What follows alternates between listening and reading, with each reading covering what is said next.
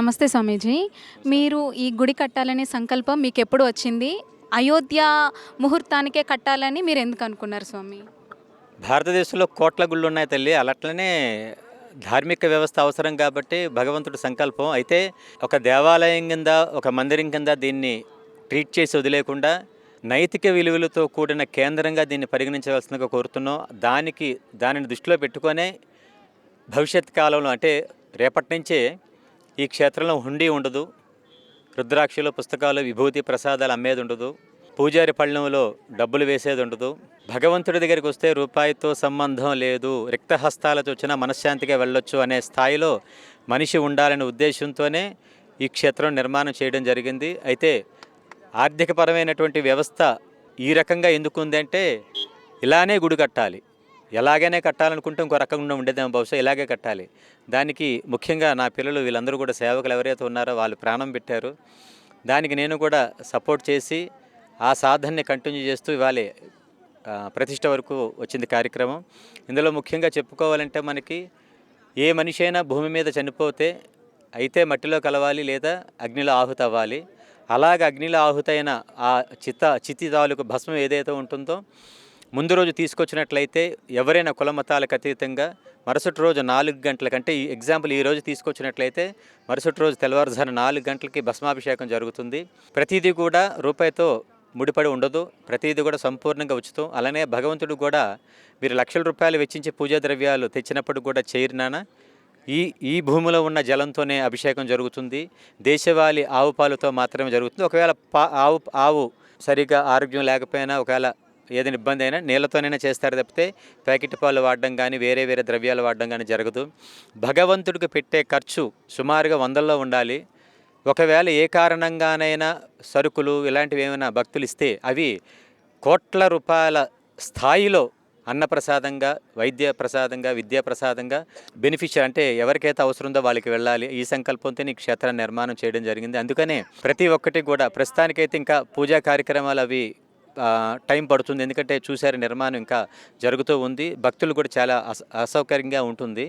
దాన్ని దృష్టిలో పెట్టుకొని ఇవాళ అయోధ్య రామ మందిరం సెంట్రల్ గవర్నమెంట్ నిర్ణయం బహుశా నాకు తెలిసి ఒక 2-3 నెలల క్రితం తీసుకొని ఉంటుంది.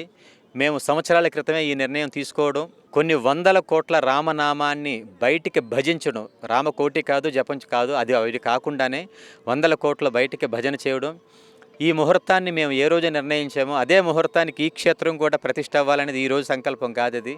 అలానే ఈ క్షేత్రంలో వచ్చిన మహాకాళేశ్వరుడు ఎవరైతే ఇప్పుడు మీరు చూసిన స్వామివారి శివలింగం ఉందో అది దాదాపు 1300 సంవత్సరాల క్రితం ఋషులచే పూజింపబడి శక్తి ఆపాదించబడినటువంటి స్వామివారు. అలానే ఎదురుగా ఉన్న నంది 1800 సంవత్సరాల క్రితం స్వామివారు. అలానే ఇప్పుడు మీరు చూసిన ఈ మహాలింగం ఏదైతే ఉందో సంపూర్ణంగా రాతి లింగం, దాదాపు 101 అడుగు, ఇంకా భూగర్భంలో చాలా ఉంది. అది నిర్మాణంలో ఉంటే మీడియా వాళ్ళకి తెలిసేది, బహుశా క్లిప్పింగ్స్ దొరికేది. ఈ చుట్టూ ఉన్న నర్మదబాణ లింగాలు కావచ్చు, మిగిలినవి కావచ్చు, 101 లింగాలు ఉంటాయి. ఇది కాకుండా అక్కడ ఉన్నటువంటి వాయువుమూలున్న శ్రీచక్రాలయం 108 శ్రీచక్రాలను గర్భాలయంలో ప్రతిష్ఠ చేస్తారు. రెడీగా ఉన్నది కానీ ఇంకొంచెం ఒక వారం 10 రోజులు పని ఉండడం వల్ల కొంచెం పెండింగ్ పెట్టారు అది. దాని విశేషం ఏంటంటే భక్తులందరూ కూడా నేరుగా గర్భాలయంలోకి వెళ్ళి శ్రీచక్రాలను చేతులతో తాకి నీళ్లతో చక్కగా వాళ్ళే అభిషేకం చేసుకోవచ్చు. దేనికి రూపాయితో పని లేదు. ఆ పక్కన 10,000 లింగాలతో గుడి, 10,000 లింగాలు పెట్టే గుడి కాదు, లింగాలతోనే గుడి.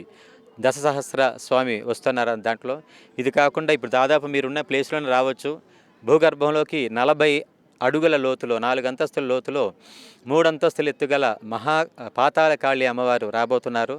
ఇవన్నీ కూడా కొంచెం ఖర్చుతో అంటే కోట్ల రూపాయలతో కూడింది కాబట్టి ముహూర్త బలం కూడా మనం అంటే అయోధ్య రామ ప్రతిష్టా ముహూర్తానికి నిర్ణయించుకోవడం వల్ల ఇంతవరకు సేవకుల దాతల సహకారంతో మనం చేయగలిగాము. ఇక్కడే మరకతలింగం కూడా ఏర్పాటు చేయడం జరిగింది. భక్తులందరూ కూడా ఉచితంగా అభిషేకం చేసుకోవచ్చు. దాదాపు 200 కిలోల బరువు ఉంటుంది.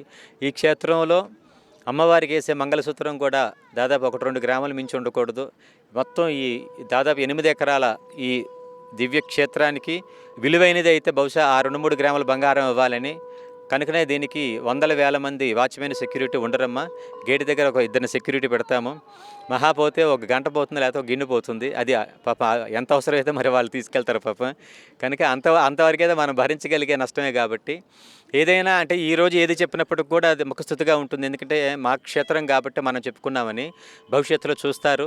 సురేష్ నా పిల్లాడే ఏమయ్యా SS9 ఇది చాలా వృద్ధిలోకి రావాలి ముఖ్యంగా. ఎందుకంటే ముందే చెప్తున్నా, ధర్మానికి నిలబడతాడని నాతో చెప్పాడు. కనుక నేను ధర్మానికే నిలబడ్డా. ధర్మం తప్పితే ఓం నమ శివాయ. కనుక ధర్మంగా ఉంటే చాలు, సర్వం మనం జయిస్తానని అందులో ఇబ్బంది ఏం లేదు. పిల్లాడి ఛానల్ కూడా వృద్ధిలోకి రావాలని, ధర్మాన్ని మీరు ధర్మంగా ధైర్యంగా ప్రచారం చేయాలని కోరుతున్నాం. జై మహాకాల్.